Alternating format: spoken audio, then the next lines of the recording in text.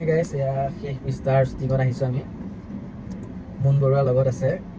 কেমেৰামেনটো বৰ্তমান নাই কেমেৰামেনৰ কথা পাতি থকা হৈছে বাৰু শ্বুটিঙত আহিছোঁ মানে লোকেশ্যন চাবলৈ আহিছোঁ আমি লোকেশ্যনটো বেয়া লগা নাই বৰ্তমানলৈকে খিনিত ভালে লাগিছে কিন্তু হঠাতে আহি থাকোঁতে এটা দুৰ্ঘটনাত পৰিবলগীয়া হ'ল কি ক'বা আৰু মানুহজনৰ জুমি খাই গৈছিলে ভয় লাগিছিলে বোলে পিটিব বুলি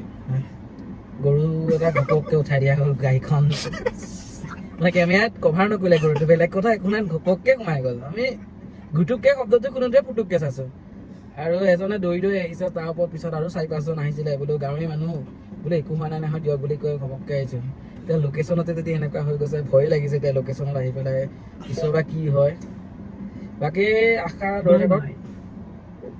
আশাৰে ৰৈ থাকক আহি আছে শেষ পৃষ্ঠা শেষ কৰিহে চাব কিন্তু দেই ভালকে শেষলৈকে চাব লোকেশ্যনটো মানে ইমান খাচো নহয় কিন্তু এজোপা গছ আছে বহুত 200 বছৰ পুৰণা গছ সেইজোপাই যি আছে লোকেশ্যন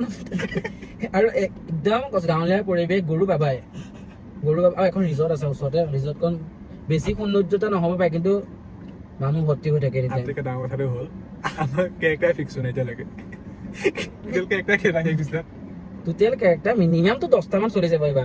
মানে কেৰেক্টাৰ ক'বলৈ গ'লে আপোনালোকক মাক বাপেকে ওলাব 5টামান মানে কি মানে মোৰ মা দেউতাক দেখাবলগীয়া হ'ব পাৰে মুন বৰুৱাৰ মাক বাপেকে দেখাবলগীয়া হ'ব পাৰে আৰু হিৰোইনী আছে মেইন কথাটো হিৰোইনী ঠিকেই হোৱা নাই সেইটো ডাঙৰ কথা এইবিলাক ক'ব মানে কৈ দিছোঁ বৰ্তমান যদি আপোনালোকে ভাল ক'ৰবাত আছে ছাজেষ্ট কৰি দিব মই সেইটো কাৰণে কথাটো উলিয়াইছোঁ তো আছে মানে ইণ্টাৰভিউ দি আছে আমাৰ তাত আহি পেলাই ইণ্টাৰভিউ লোৱা চাগে লৈছোঁ আৰু এইবাৰ ডাইলগ ডেলিভাৰ কৰিব লৈছোঁ অডিশ্যন বুলি কয় আৰু মোৰ ইণ্টাৰভিউ আহিছে আমাৰ গাঁৱলীয়া মানুহ ন ভালকৈ চব নাজানো ওলাই গৈছে আৰু ভুল দিব নালাগে কৰা হৈ গ'ল